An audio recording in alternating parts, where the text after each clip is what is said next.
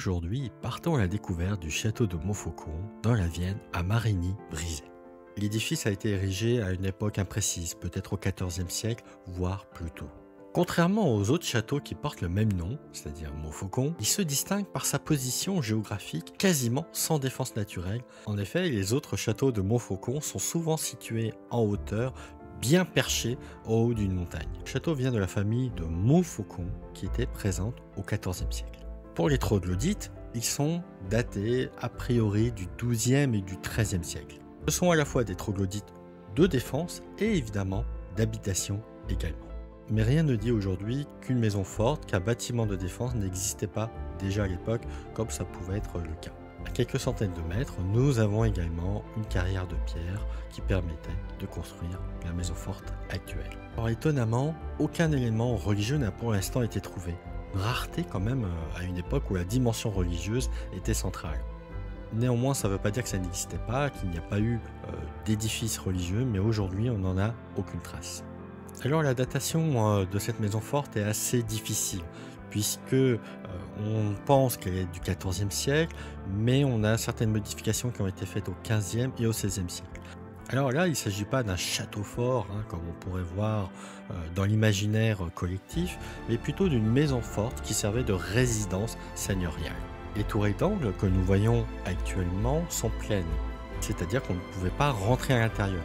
Donc on y avait accès probablement par l'étage supérieur qui a aujourd'hui disparu.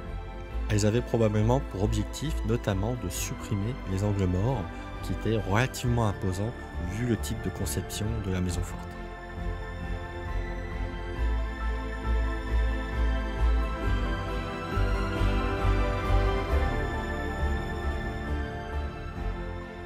Comme je le disais précédemment, son nom provient de la famille de Montfaucon, qui était donc propriétaire du château au XIVe siècle.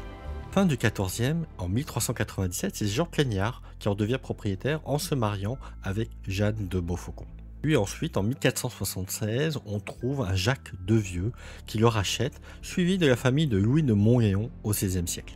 En 1519, il rentre dans la famille de Chastigny. En 1562, cette famille va faire un inventaire du domaine, en tout cas du château, et donc on apprend qu'il y a des lits, des bancs, des tonneaux de vin blanc, puisque on a quand même une surface viticole qui est quand même assez importante déjà à l'époque. En 1664, le château est vendu au couvent des filles de Notre-Dame de Poitiers.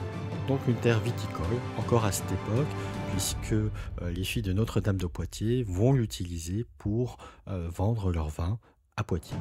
Et puis on saute directement à la Première Guerre mondiale, puisqu'on trouve à ce moment-là des prisonniers allemands qui sont pas enfermés dans le domaine, mais qui y travaillent et qui sont logés dans le château.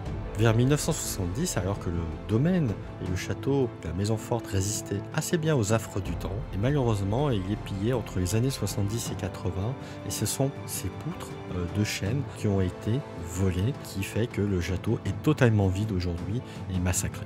Alors ce qu'il faut savoir aussi, c'est qu'il a été encore habité jusqu'au début du 19e siècle, puisque l'une des habitantes qui est née dans le domaine, en 1924, elle est morte il y a quelques années, mais bizarrement, aucun confort moderne n'y a été apporté, ni gaz, ni électricité, ni eau courante. Aujourd'hui, le domaine appartient à la famille Creuset notamment, mais c'est l'association Les Gardiens de Montfaucon qui s'occupe aujourd'hui de le refaire découvrir au public, notamment en le défrichant totalement, puisque pendant plusieurs décennies, il a été complètement abandonné, et puis de le faire sortir de l'oubli.